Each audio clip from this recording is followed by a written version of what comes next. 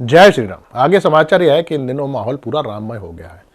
सुबह सुबह मोहल्ले में प्रभात फेरी निकालने के बाद कार्यकर्ता दिन भर चैनलों के सामने बैठे रहते हैं। इस कारण इन दिनों मंडल की बैठक भी नहीं हो पा रही है। सरदार जंडेल सिंह का कहना है कि देश इन दिनों धर्म के बताए रास्ते पर चल रहा है, इसीलिए फिलहाल सारी चिंताएं छोड़ देना चाहिए। उस दिन जब हम टीवी देख रहे थे तो आपने वाइब्रेंट गुजरात कार्यक्रम में बोलते हुए कहा, देश विकास के रास्ते पर चल रहा है और जल्द ही तीसरी अर्थव्यवस्था बन जाएगा।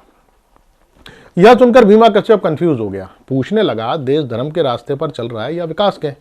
धर्म के रास्ते पर तो पाकिस्तान भी चल रहा है और आजादी के समय से चल रहा है, फिर वो विकसित क्यों नहीं हुआ?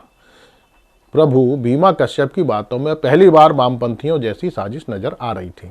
उसे भन्नू सेठ ने यह कहते हुए चुप करा दिया कि इस तरह की बातें देशद्रोही लोग करते हैं। इससे उसे देशभक्ति याद आ गई और वो चुप हो गया।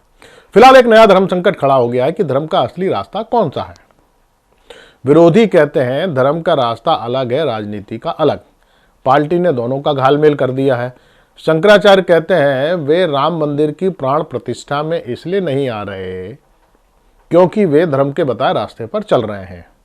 राम मंदिर अधूरा है और प्राण प्रतिष्ठा आरएसएस के बताए रास्ते पर चलते हुए हो रही है। प्रभु धर्म के बताए रास्ते पर तो इन दिनों अपने टीवी चैनल वाले भी खूब चल रहे हैं। राम मंदिर का न्योता ठुकराने पर कांग्रेस की जितनी फजीयत पार्टी के नेताओं ने नहीं की, उतनी इन चैनल वालों ने कर दी। प्रभु वैसे यह धर्म के रास्ते पर चलते हुए कितने लोगों को अयोध्या लेकर आना है, संख्या बता देते तो आसानी रहती। वैसे आजकल पार्टी कार्यकर्ता रोज शाम ठाकुर अजगर सिंह के ठेके से घर तक धर्म के बताए रास्ते पर चलते हुए ही जाते हैं। ये राधेलाल पंडित जी भी अजीब बातें करते हैं। कह रहे थे धर्म के अलावा एक रास्ता राजधर्म का भी है। गुजरात दंगों के दौरान वो रास्ता अटल जी ने बताया था और चाहते थे साहब उस पर चले, पर वे नहीं चले, वरना लोगों को आज धर्म के रास्ते पर कौन चलाता। राजधर्म के रास्ते पर तो अडवाणी और मुरली मनोहर जोशी चल रहे हैं। पवैया, विनय कटियार, तोगड़िया वानप्रस्थ के रास्ते पर चल रहे हैं। धर्म के रास्ते पर तो गुजरात के वे लोग भी चल रहे थे जिन्होंने बिल्किस बानो का बलात्कार किया। सुना है सुप्रीम कोर्ट के आदेश के बाद वे धर्म के रास्ते पर चलते हुए फरार हो गए हैं। वैसे इन दिनों मंडल कमेटी में बड़ा हंगामा चल रहा है। कल्लू कसाई असंतुष्ट हो गया है। एक तो पहलवान ऊपर से असंतुष्ट। उस दिन वह लच्छू सेठ से भिड़ गया। उसका कहना था पार्टी धर्म के रास्ते से भटक गई है, एक ही धर्म के लोगों का काम कर रही है।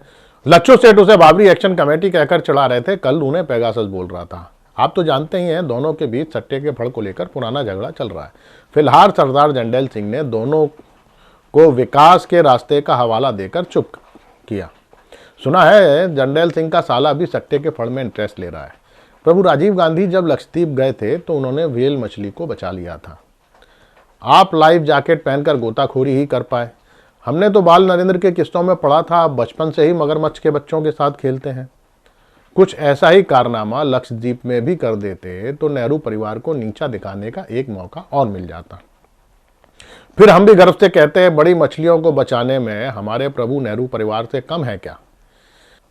प्रभु मंडल कमेटी ने मालदीव जाने के सारे कार्यक्रम रद्द करने की खबर छपवा दी है। अब सब जंडेल सिंह के ट्रक में भरकर लक्षद्वीप जाएंगे। सुना है वहां की सरकार इस समय एहसान फरामोश हो गई है। जब उन्होंने हमारे नौसैनिक अड्डे हटाने को कहा तब तक तो ठीक था, अब आपके ही खिलाफ बोलने लगी है। प्रधान नत्था सिंह बता रहे थे चीन हमारे सारे पड़ोसी छीनता जा रहा है। सुना है चीनी राजदूत पिछले दिनों आरएसएस के मुख्यालय भी घूम आए हैं। प्रभु अगर उसने संघ को भी छीन लिया तो हमें धर्म का रास्ता कौन बताएगा। शेष कुशल, आपका भक्त सेवक राम। नमस्कार।